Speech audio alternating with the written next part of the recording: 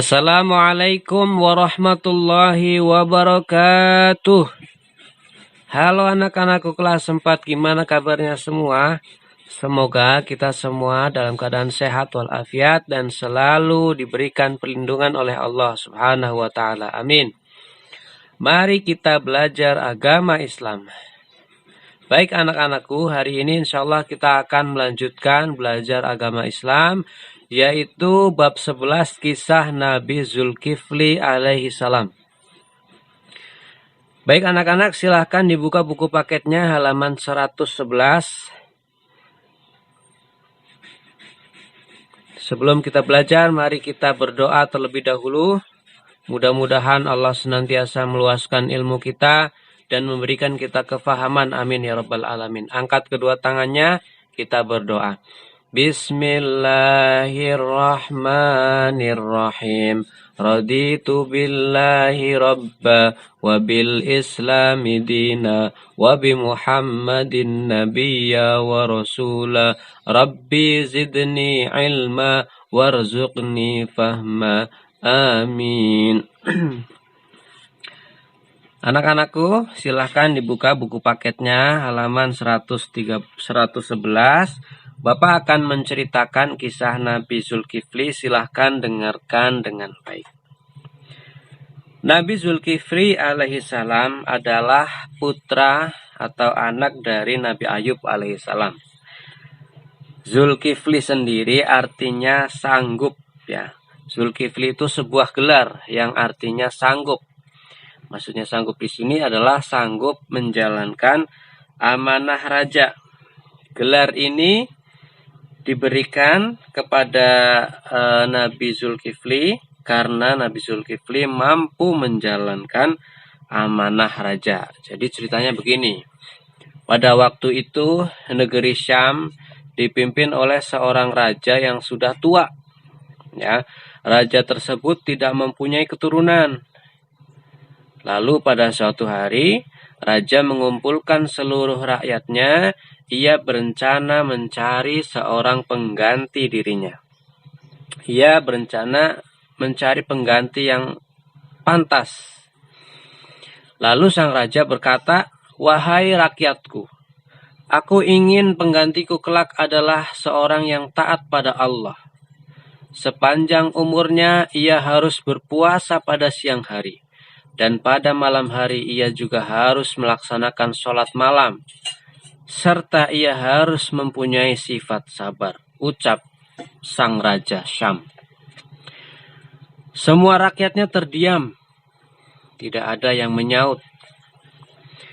Sampai raja mengulangi ucapannya 2 kali. "Wahai rakyatku, aku ingin penggantiku kelak adalah seorang yang taat pada Allah. Sepanjang umurnya ia harus berpuasa pada siang hari. Dan pada malam hari ia juga harus melaksanakan sholat malam. Serta ia harus mempunyai sifat sabar." Nah, setelah diulang yang kedua kalinya, semua rakyatnya masih terdiam. Mereka menganggap persyaratan itu sangatlah berat. Tapi tiba-tiba ada seorang pemuda di tengah kerumunan yang berani maju dan mengangkat tangannya. Nah, dia adalah Bashar. Dia adalah Bashar bin Ayub. Yang kemudian akhirnya sang raja pun berkata kepada Bashar, "Wahai anak muda, janganlah kau main-main. Apa kau sanggup menjalankan semua persyaratan yang telah aku sebutkan tadi?" ucap Raja Syam.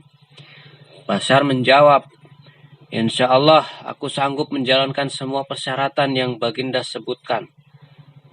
Akhirnya pada hari itu juga Bashar pun diangkat menjadi raja, kemudian mendapat julukan Zulkifli, yang artinya orang yang sanggup memegang dan menjalankan amanah.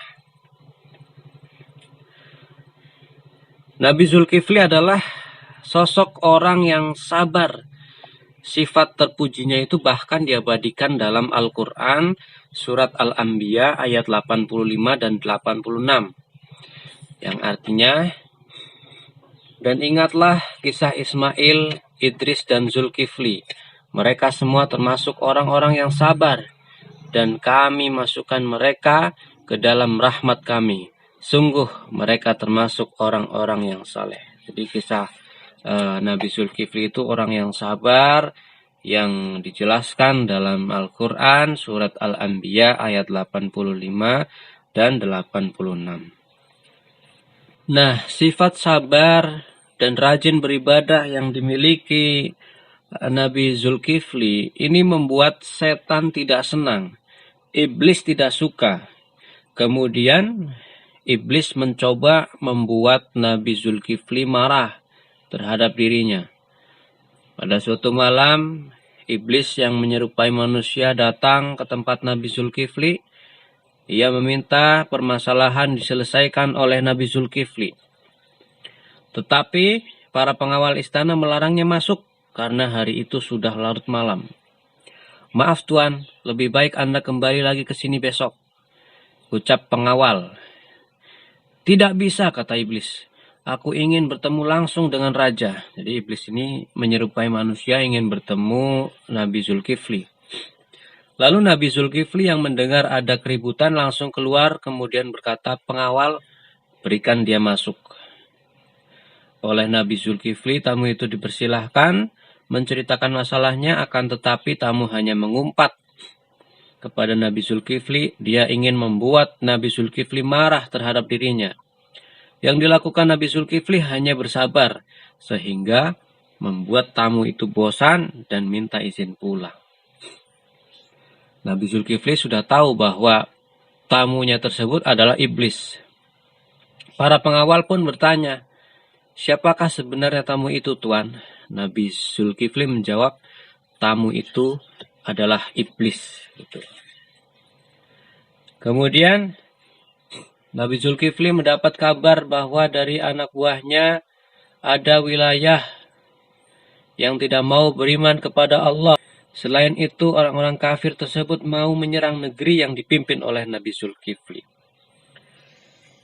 Akhirnya, Nabi Zulkifli mengumpulkan bala tentaranya, kemudian berkata, "Wahai rakyatku, persiapkanlah diri kalian semua untuk berperang." Tapi apa? Rakyatnya membangkang. Mereka berkata, "Hai Raja, kami takut berperang, karena kami masih senang hidup di dunia. Dan jika engkau minta kepada Allah untuk menjamin hidup kami, barulah kami siap bertempur." Mendengar jawaban rakyat tersebut, Nabi Zulkifli tidak serta marah. Dia bersabar dan berdoa kepada Allah, "Ya Allah, aku telah menyampaikan risalah Engkau kepada mereka, menyuruh mereka berperang. Namun mereka enggan dan membangkang akan perintah kami. Mereka mengajukan permintaan sebagai syarat." Kemudian turunlah wahyu kepada Nabi Zulkifli. "Wahai Zulkifli, aku telah mengetahui akan permintaan mereka, dan aku mendengar doamu dan semuanya akan aku kabulkan."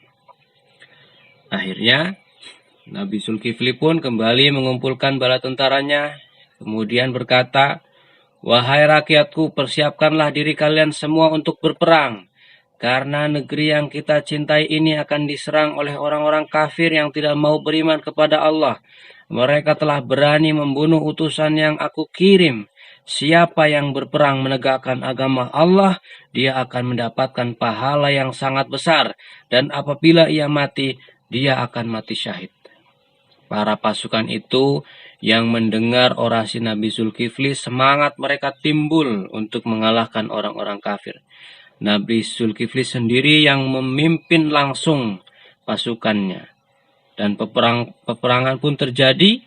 Para kaum kafir itu sangat terkejut melihat semangat perang bala tentara Nabi Zulkifli. Dan peperangan tersebut pun akhirnya dimenangkan oleh Nabi Zulkifli. Itulah kisah tentang keteladanan Nabi Zulkifli alaihissalam. Berkat kesabaran, kedisiplinan, dan sifat amanah Nabi Zulkifli dalam menghadapi segala macam masalah, beliau mampu melewati ujian yang Allah berikan kepadanya. Di sini bisa kita ambil hikmah keteladanan yang bisa kita terapkan dalam kehidupan sehari-hari, yaitu bahwa kita harus sabar dalam menghadapi ujian. Kemudian yang kedua, kita harus disiplin ketika melakukan tugas. Kemudian yang ketiga, kita harus pandai membagi waktu. Dan yang keempat, kita harus amanah dalam menjalankan tugas. Demikian kisah keteladanan Nabi Zulkifli. Kurang lebihnya Bapak mohon maaf. Terima kasih. Assalamualaikum warahmatullahi wabarakatuh.